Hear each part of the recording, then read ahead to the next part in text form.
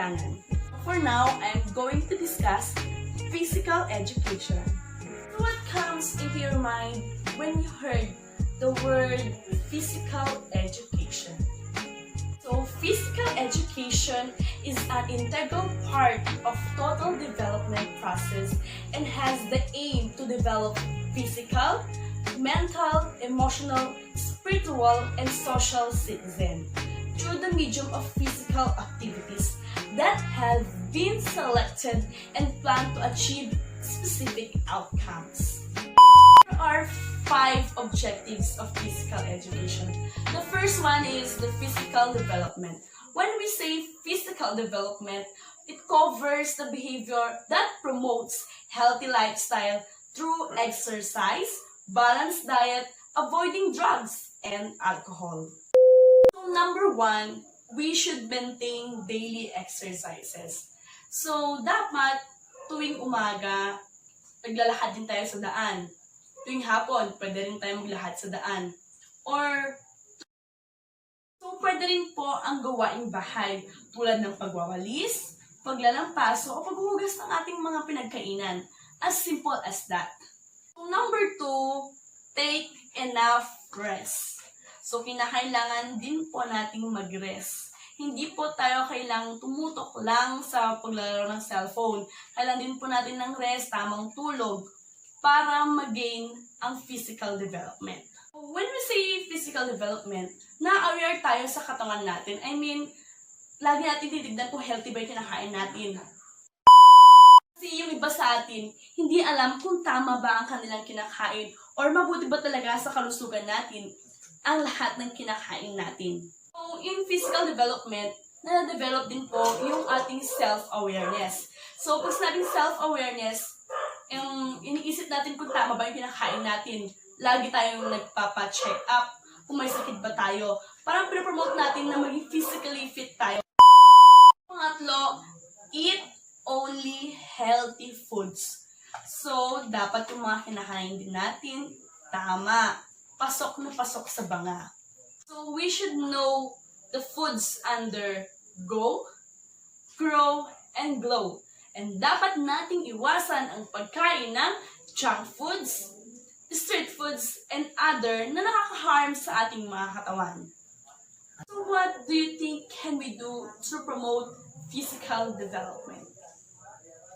So let's move to the second objective of physical education. Social development. When we say social development, it provides us the opportunity to practice our social traits, like friendliness. So, kunwari ako, sumali ako sa sport. Syempre, mahilig ako sa track and field. So, kapag ako bagong estudyante sa isang school, nakakasama ko yung mga dating players, then, syempre, bago ako, nakakausap ko sila. Araw-araw ko silang makakasama. So, mabubuo yung word na friendliness doon. Siyempre, sila na yung masasandalan ko during games, or after the games, or before. Dahil kapag nakakasama mo araw-araw ang mga teammates mo, magigain mo rin ang respect nila sa'yo at respect mo sa kanila. So, doon pa lang magigain mo na ang respect for the others, right? And then next, kapag cooperation, during the game, nagkakaroon tayo ng cooperation sa game. So, ganito, nag-explain si coach, dapat nag-cooperate ka dun para alam mo kung anong gagawin mo, para alam mo kung kanino mo ipapasa ang bola, kung paano mo gagawin yung skill mo para makagawa ng points during the game. Then, good leadership and to be a good follower. Sabi din po yun sa mahalagang bagay na kailangan natin matutunan. So, magkakaroon tayo ng coach and a team. So, ang coach ang magiging leader at ang team ang magiging follower. So, kapag sinunod mo ang sinabi ng coach mo o ang leader mo, pwede mong ma-develop pa, ma-enhance pa yung skill mo, then magagawa mo to ng tama during your game. So, doon ma-develop ang pagiging good follower and to be a good leader. So, next naman is honesty in group competition. So, syempre, kung may good leader tayo, may tuturo niya. Iba yung honest natin sa competition. So, to sum up all, ang may develop ng social traits ay ang friendliness, cooperation, respect for the rights of the other, good sportsmanship, good leadership, and followership.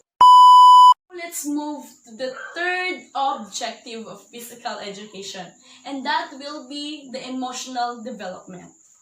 Through the participation in different kinds of activities, we can develop our emotional traits like self-confidence, self-determination, self-control, and personal discipline. So how can we develop that? So example, I'm your coach in something, in sports. Kunwari ako yung coach mo at ikaw yung player ko.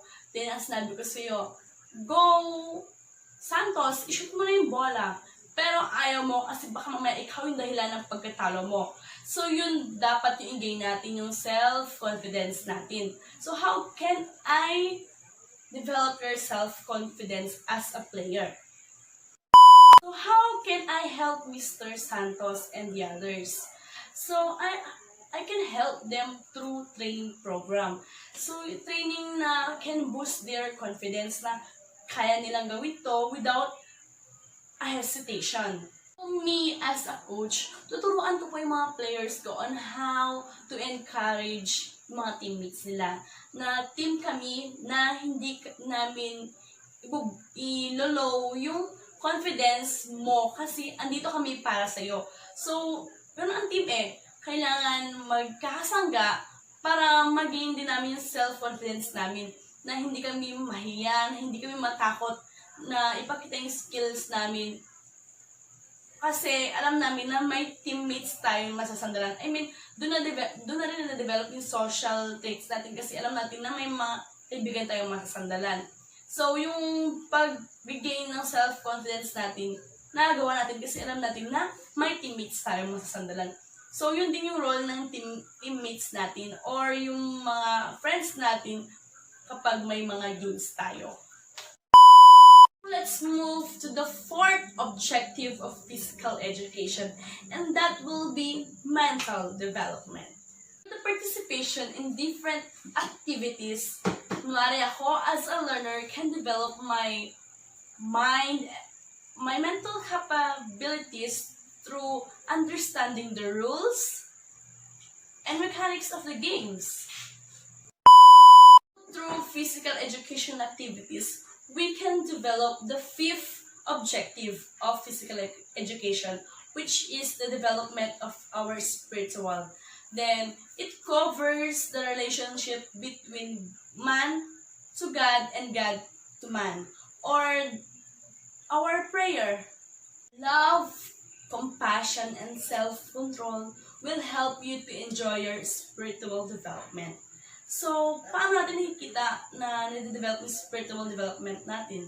So, kunwari tayo nasa playing court, then in 5 minutes, we are going to have our game. So, di ba, nag-gather yung team. Then, nag-pray tayo kay God na tulungan tayo sa game natin. Then, matalo, dapat magpasalamat din tayo kay God kasi binigyan na tayo ng strength and abilities na gawin or magawa yung game natin ng maayos. Okay, so there are 5 objectives of physical education. And the number 1 is physical development. Number 2 is social development. Number 3 is emotional development. Number 4, mental development. And the last is the spiritual development. So now, let's move to the historical foundation of physical education and sport. The original Olympic Games was started in 776 BC in Olympia, Greece. So the official Olympic motto is Situs Altus Fortus, meaning faster, higher, stronger. So, kapag napansin nyo, may 5 rings po yung Olympic rings.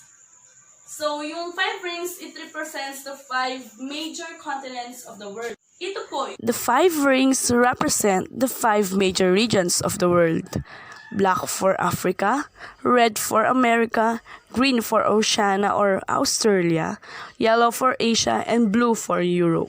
Upon winning the games, the victor would have not only the prestige of being in first place, but would also be presented with a crown of olive leaves.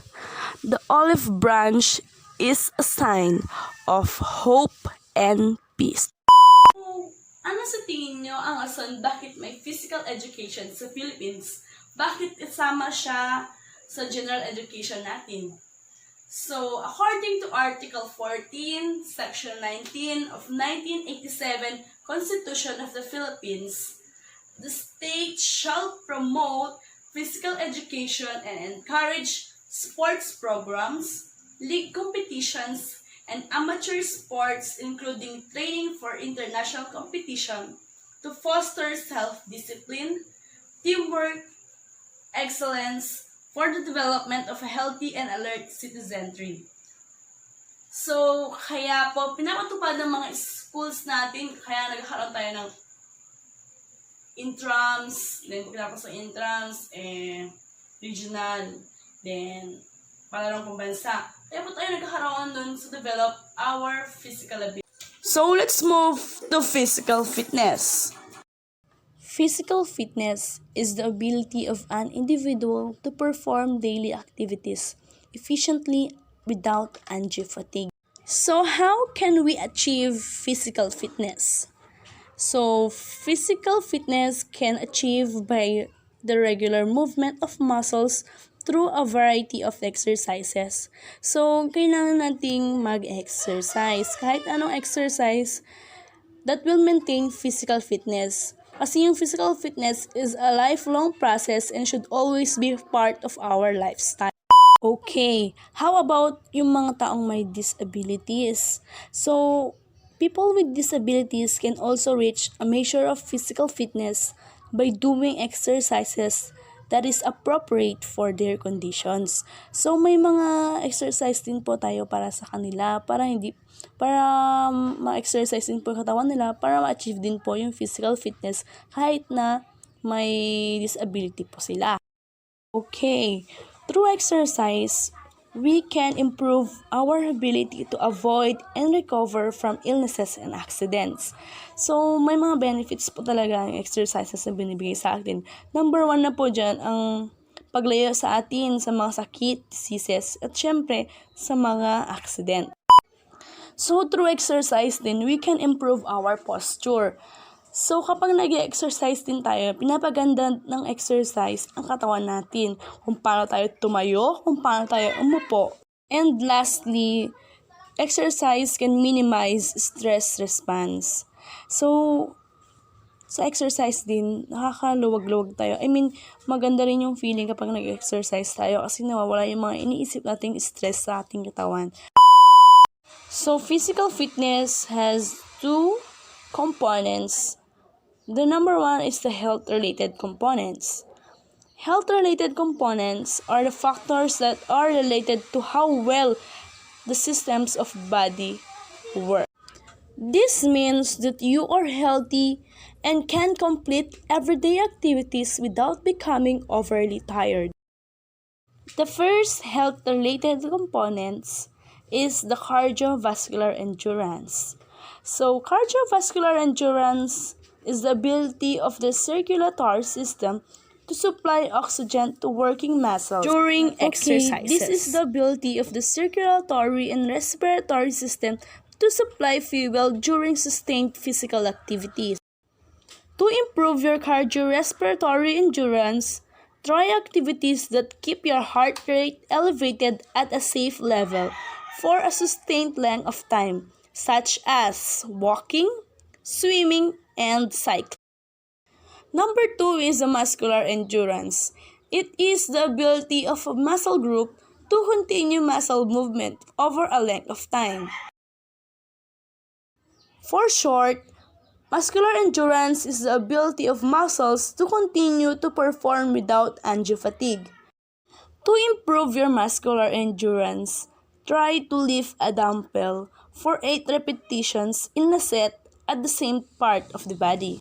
Muscular strength the amount of force that can be produced by a single contraction of muscles. This is the ability of the muscles to exert force during an activity. Flexibility is the range of movement possible at the various joints. Good flexibility in a joints can help prevent injuries through all stages of life. If you want to improve your flexibility, try activities that lengthen the muscles or a basic stretching program. Okay, if you have poor flexibility, it can directly affect cardiovascular endurance, muscle strength, and muscular endurance. And lastly, the body composition. It is the relative amount or percentage of body fat compared to a lean body mass. Body composition, it is the contribution of fat throughout the body and the relation to bone, muscle, and other tissues. Okay, let's move to skill-related components. Skill-related components are the aspect of fitness which form the basis for successful sport and activity. Skill-related fitness is the ability to perform during games and sports. It is also called performance fitness. Skill-related fitness has 6 components. Number 1 is speed. Speed is the ability to move fast in the shortest possible time in a straight path. So the best example is that when you run a 100-meter dash. Kasi yung 100-meter dash, yung bilis ang tinitignan dito. Straight line lang siya, then walang paliko-liko. Yun naman ang meaning ng speed to move fast in the shortest possible time in a straight path. Number 2 is the agility. Agility is the ability to change direction or position quickly. Agility is the rate of which an individual is able to perform a movement or cover a distance in a period of time. So, di ba naglalaro tayo ng 200-meter dash. So, kapag may 200-meter dash, may paliko din yun, di ba? So, kapag pinagsama mo yung speed, then agility, mabilis mo matapos yung run at the shortest time. So, kapag tumatakbo tayo tapos bigla tayong lumiko, yun ang tinatawag na agility, yung bigla tayong nagpalit ng direction sa pagtakbo natin, ganun.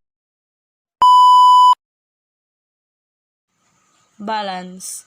It is the ability to maintain an upright posture while still moving. So balance, it is the ability to control or stabilize your equilibrium while moving or staying still. Like for this example, the gymnastics or the gymnast, they always keep their balance. Coordination. It is the ability to integrate the senses with muscles so as to produce accurate, smooth, and harmonious body movement. So, in a coordination, it is the ability to use 2 or more parts of your body at the same time. So, example, while you are playing tennis, you are using your eyes, your hand, and your foot movements. And the last is the reaction time. It is a response or initiation of movement as a result of a stimulus. So, kapag sumali ka sa 100-meter dash, then may makikita ka na isang tao doon na nakahawak ng isang pistol. Para siya yung, pag pumutok ng pistol na yun, tatakbo agad yung mga runners. So, it is a sign na nagsimula na yung laro. Yung pagputok yan ng baril, stimulus, then yung response mo, bigla kang tumakbo agad. So, kapag nakuha mo agad yung reaction time na yun, posibleng ikaw yung mauna or ikaw yung mananalo sa laro. So, let's end our discussion for the day. Goodbye to my PE students.